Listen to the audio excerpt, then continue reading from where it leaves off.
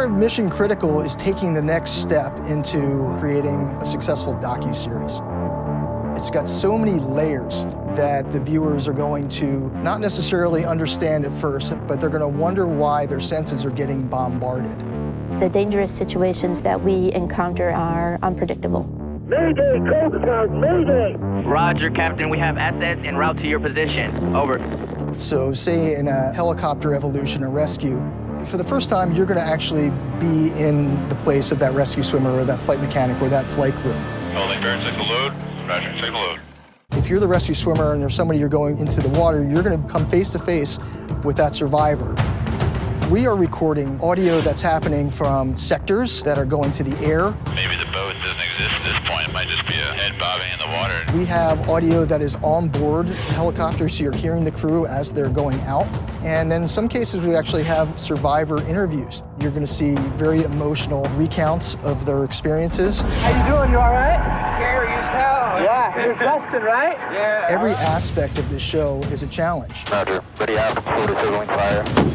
Making sure that you are the fly on the wall to be able to become a part of the crew. You may have seen it on a movie, but nothing ever prepares you for the real life experience that you're gonna have. We are the Coast Guard's high-end counter-drug capability. Too positive! We have 10 teams. Those are like SWAT teams. Hands on his head! Put them all in a row right there! El Capitán no está en el barco. ¿Sí o no? ¿Sí o no? They do 3/4 of the U.S. counter-drug interdictions. We catch the drug dealers.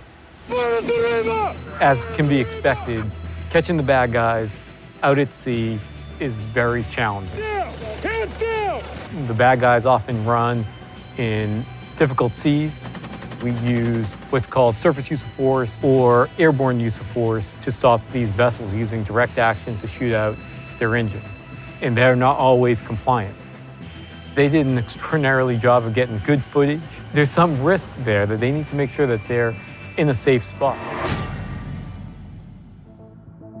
My goal first out on this show is to be able to capture the humanity and the character of the United States Coast Guard. Working right alongside the film crew, I felt like I had a little brother. The laughing, joking, giggling just became part of the crew. The film crews have been extraordinarily likable, and they've really found a way to blend in. Our guys get so good at it, they make the eye contact, and they get the nod, and they go. It's always a goal to go out and to save people, but sometimes you just can't. There are things that are out of your control. Our producer did just an outstanding job. Inevitably, what we got was, I think, the best character strength and fortitude development, and you can live it with them. It's important as a leader to be present for your crew, to offer them the support and the tools that they need to get through. They all wanted to be there for each other.